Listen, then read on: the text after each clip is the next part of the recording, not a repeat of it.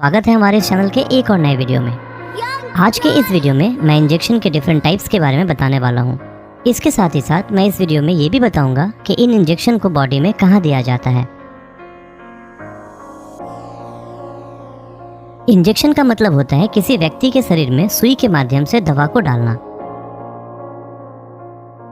सुई को एक हॉलो डिवाइस जिसे सिरिंज कहते हैं उसके द्वारा बॉडी में इंजेक्ट किया जाता है।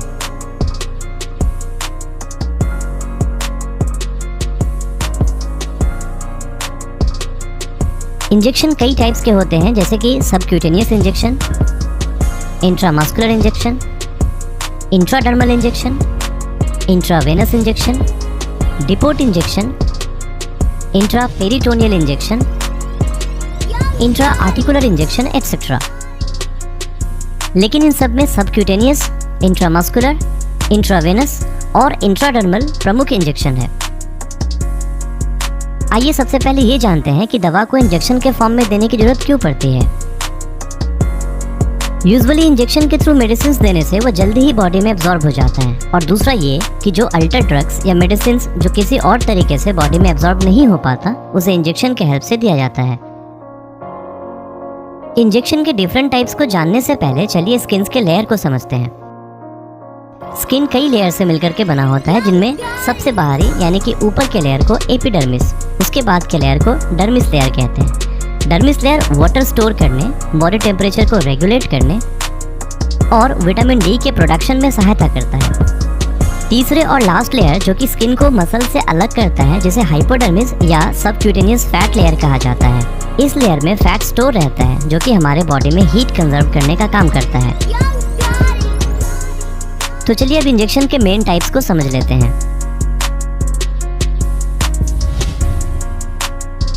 इस इंजेक्शन से मेडिसिन को स्किन और मसल्स के बीच टिश्यूज में दिया जाता है। इस तरह के इंजेक्शन के लिए छोटी सी सुई लगभग 1.5 से 2 सेंटीमीटर और 2 से 2.5 ml वाले सिरिंज का यूज किया जाता है। इस इंजेक्शन से दी जाने वाली दवा शरीर में धीरे धीरे एब्जॉर्ब होता है। इंसुलिन का इंजेक्शन सबक्यूटेनियस इंजेक्शन का ही एक एग्जाम्पल है।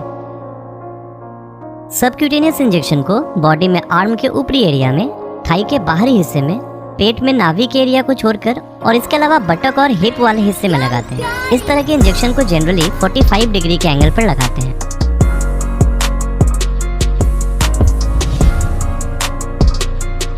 इंट्रामस्कुलर इंजेक्शंस मेडिसिन को सीधे पेशेंट्स में इंजेक्ट करने का सबसे कॉमन तरीका है। इस तरह के इंजेक्शन के लिए बड़ी नीडल्स ऑलमोस्टली 6 to 8 सेंटीमीटर और 5 से 10 ml वाले सिरिंज का यूज किया जाता है। इस तरह के इंजेक्शन का पर्पस यह होता है कि दवा को ऐसी मसल्स में दिया जाए जहां बहुत सारी ब्लड वेसल्स हो, ताकि दवा जल्द से जल्द ब्लड स्ट्रीम में चला जाए।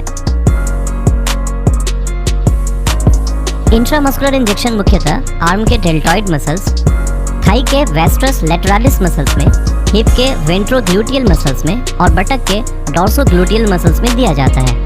इंट्रामस्कुलर इंजेक्शन में निडल को लगभग 90 डिग्री के एंगल पर स्किन में इंसर्ट किया जाता है। हेपेटाइटिस, इन्फ्लुएंजा और टेटनस वैक्सीन को इंट्रामस्कुलर इंजेक्शंस के थ्रू ही डाला जाता है। इस इंजेक्शन से दवा को स्किन में दूसरी लेयर यानी कि डर्मिस में दिया जाता है। इस तरह का इंजेक्शन लगभग 5 से 15 डिग्री के एंगल पर एक बहुत ही छोटी सुई के द्वारा लगाया जाता है। इंट्राडर्मल इंजेक्शन से दवा का एब्जॉर्प्शन में इंट्रामस्कुलर इंजेक्शन, इंट्रावीनस इंजेक्शन या सबक्यूटेनियस इंजेक्शन से अधिक समय लगता है। इसी कारण से कुछ दवा को इंट्राडर्मली दिया जाता है। इस तरह के इंजेक्शन का यूज आमतौर पर सेंसिटिविटी टेस्ट जैसे कि ट्यूबरकुलिन स्किन टेस्ट या फिर एलर्जी टेस्ट में किया जाता है।